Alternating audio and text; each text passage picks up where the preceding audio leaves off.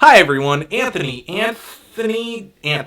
here, the internet's busiest music nerd, and it's time for a review of the new Travis Scott mixtape, Days Before Rodeo. This is the latest mixtape from Texas-based rapper, songwriter, kind of singer, mostly producer, Grand Hustle signee, and Kanye West underling Travis Scott. Thanks to his Kanye and Good Music affiliation, Travis has received quite a bit of hype over the past year or so. Last year, Travis Scott dropped his mixtape Pharaoh, easily one of the worst hip-hop projects of that year. Production a lot of the time was pretty muddy, flat, only a few exceptions really. A lot of the songs were really disjointed, weaving into different directions without really coming back and bringing it all together, just kind of incoherent. The rapping, lyrically, topically, it was pretty generic. Travis Scott made it very clear, very obvious that he doesn't really have much of anything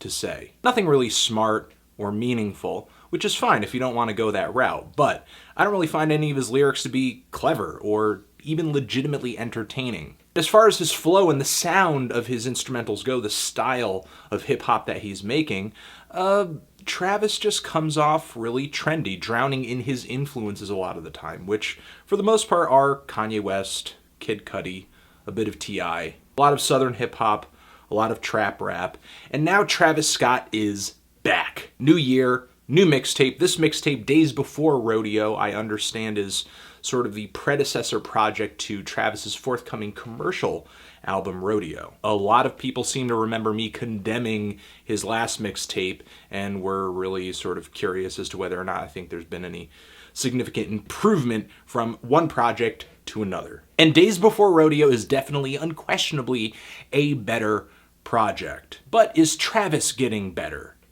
And if he is getting better, what is he getting better at? For sure, I think Travis is making better decisions on this mixtape, like the decision to produce less of it. Way less. Unless the Rap Genius and Wikipedia annotations are incorrect, it would seem that Travis has really only produced 2 tracks on this new mixtape, as opposed to most of the tracks on his last mixtape. And sonically, it has led to an almost night and day difference. The structures of these songs are more coherent. Rarely do they weave into a pointless interlude or just really forgettable nothingness. The bass is heavier and more resonant. The hi-hats and the snares are more crispy. The vocals are mixed better. The rhythms are great. The grooves are undeniable. And there are a lot of instrumental highlights across this track list, right with the opener, which is produced by Wonder Girl. Just really nasty, grimy, boom bap beat with some epic synthesizers hanging in the background. It really builds this project up. It's a great intro. Then there's the song Mamacita, which is kind of a weird trap music flip of the guitar sample that a lot of you might remember from that song Nostalgia, which was on the last Pusha T album. Not a bad instrumental. And the FKI beat that Migos lands on later in the track list here is one of the best. Not only is it a hard-hitting trap banger, but horns and strings are worked into this instrumental. I think it's the first time I've ever heard that incorporated in an instrumental of this style, and it sounds great. And then with the song Zombies, produced by Lex Luger, is an interesting take on trap in that the melody playing in the background, the synth melody, is very eerie. It has a very sort of Halloween quality to it. To me, overall, even though every instrumental isn't a total winner, the instrumentals on Days Before Rodeo are much more capable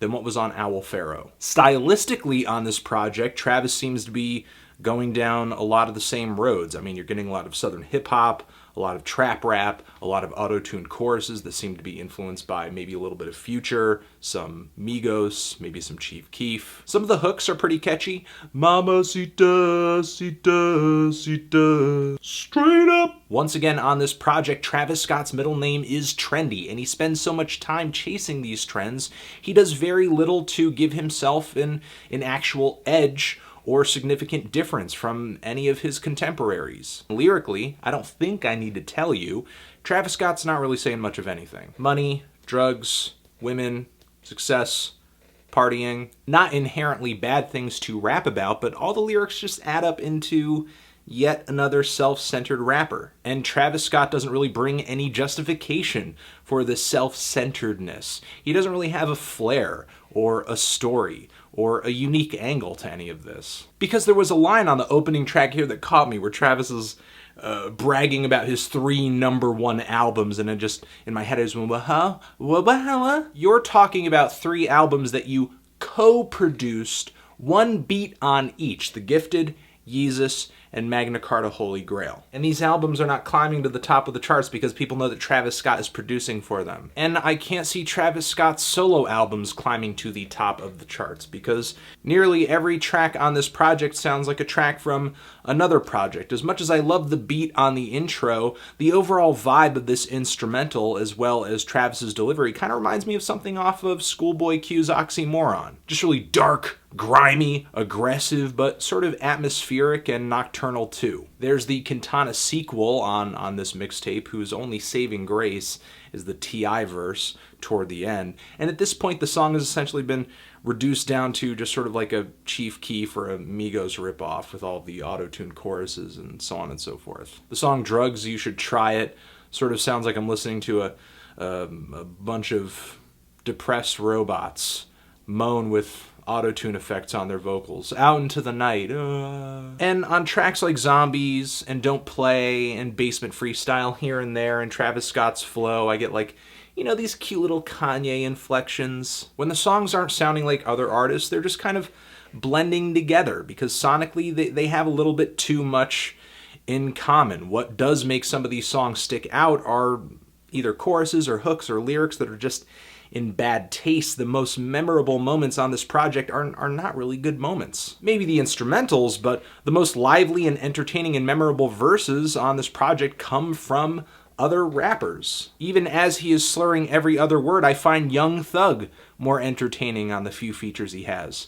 on this thing. And I guess when Travis Scott pulls together a song that I guess sort of means something, it's not really anything I can applaud him on. The song Skyfall, which I saw on Twitter, I guess is about maybe older artists falling off or failing to connect with younger fans who want to hear new sounds. Not really something I would have gathered from reading Scott's lyrics alone. Because lyrically and topically, the song is so scattered and disjointed, there are so many blanks left unfilled that there's really no way somebody could have come to the conclusion that this song is about that. Not that a song's meaning needs to be blatantly obvious, but I guess I'm sort of just scratching my head at why he would make a song like this. It is because of older rappers and entertainers that you are popular. I am totally and 100% for the out with the old and in with the new mentality, but can we actually get a young artist who makes good music to say what Travis Scott is saying? Because hearing him say this is sort of like that whole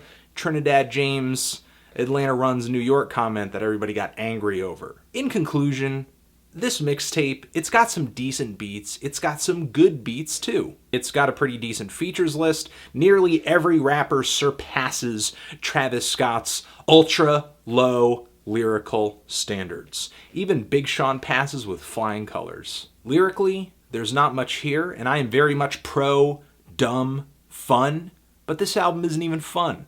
It's just dumb. It's just auto-tuned, trap-flavored, expensive-sounding dumb. I'm feeling a strong 3 to a light 4 on this thing. Transition, if you've given this project a listen, what did you think about it? Did you love it? Did you hate it? Why? What do you think I should review next?